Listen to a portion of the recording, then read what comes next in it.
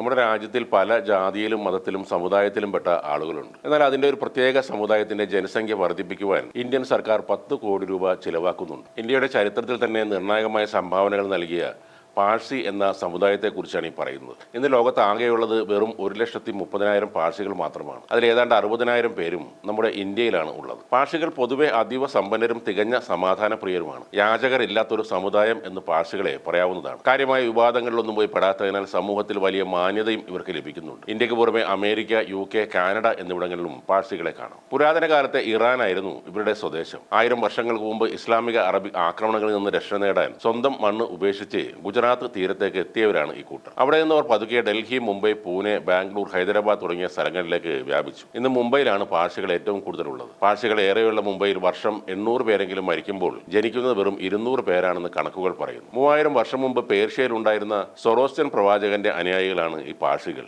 അഹൂര മസ്ത എന്ന ഏകദൈവത്തിൽ വിശ്വസിക്കുന്ന ഇവർ അഗ്നിയെ ദൈവത്തിന്റെ പ്രതീകമായി ആരാധിക്കുന്നു. ഇവരുടെ ആരാധനാലയങ്ങളെ അഗിയാരി എന്നാണ് പറയുന്നത്. മുംബൈയിലെ ചർച്ച് ഗേറ്റിലുള്ള ഈ ഫയർ ടെമ്പിളിൽ അന്യ മതസ്ഥർക്ക് പ്രവേശനവുമില്ല. ഏറ്റവും വ്യത്യസ്തമായിട്ടുള്ളത് ഇവരുടെ മരണാനന്തര ചടങ്ങുകളാണ്. ഇവർ മരണപ്പെട്ടാൽ ആ മൃതദേഹം ദഹിപ്പിക്കുകയോ അല്ലെങ്കിൽ അടക്കം ചെയ്യുകയോ ചെയ്യുന്നില്ല. പകരം ടവർ ഓഫ് സൈലൻസ് എന്ന വലിയ കിടങ്ങിൽ വെച്ച് കഴുകന്മാർക്ക് ഭക്ഷണമായി നൽകുന്നു. ദോക്മേ നാശിനി എന്നാണ് ഈ ചടങ്ങിന്റെ പേര്. പ്രകൃതിയിലേക്ക് തന്നെ ശരീരം പൂർണ്ണമായി മടങ്ങുന്നു എന്ന വിശ്വാസമാണ് ഇതിന്റെ പിന്നിലുള്ളത്. പാഴ്സികൾക്കിടയിൽ ഉന്നത വിദ്യാഭ്യാസവും ഉയർന്ന ജീവിത നിലവാരവും ഉള്ളതിനാൽ വിവാഹം വളരെ വൈകിയാണ് നടക്കാറുള്ളത്. അതുപോലെ 30% പേർ വിവാഹം കഴിക്കാറില്ല. അന്യമതസ്ഥരെ വിവാഹം കഴിച്ചാൽ സമുദായത്തിൽ നിന്ന് പുറത്താക്കുന്ന കർശന നിയമങ്ങളും ഇവരുടെ ഇടയിലുണ്ട്. ഈ കാരണങ്ങളാൽ ഇവരുടെ ജനസംഖ്യ അതിവേഗം കുറയുകയാണ്. ഇന്ത്യയിലെ ഏറ്റവും വലിയ ബിസിനസ്സുകാരനായിരുന്ന രത്തൻ ടാറ്റ വിവാഹം കഴിച്ചിരുന്നില്ല. കുട്ടികളും ഉണ്ടായിരുന്നില്ല. ഇതേ പാത പിന്തുടർന്നവർ പാഴ്സി വിഭാഗത്തിൽ ഏറെ പേരുണ്ട്. ഇവരുടെ വംശത്തിന്റെ നിലനിൽപ്പ് തന്നെ അപകടത്തിലാണെന്ന് മനസ്സിലാക്കിയ ഇന്ത്യൻ സർക്കാർ നടപ്പിലാക്കിയ പദ്ധതിയാണ് ജിയോ പാഴ്സി. 10 കോടി രൂപ വകയിരുത്തി പദ്ധതി വഴി പാഴ്സി യുവാക്കളെ വിവാഹത്തിന് പ്രോത്സാഹിപ്പിക്കാനും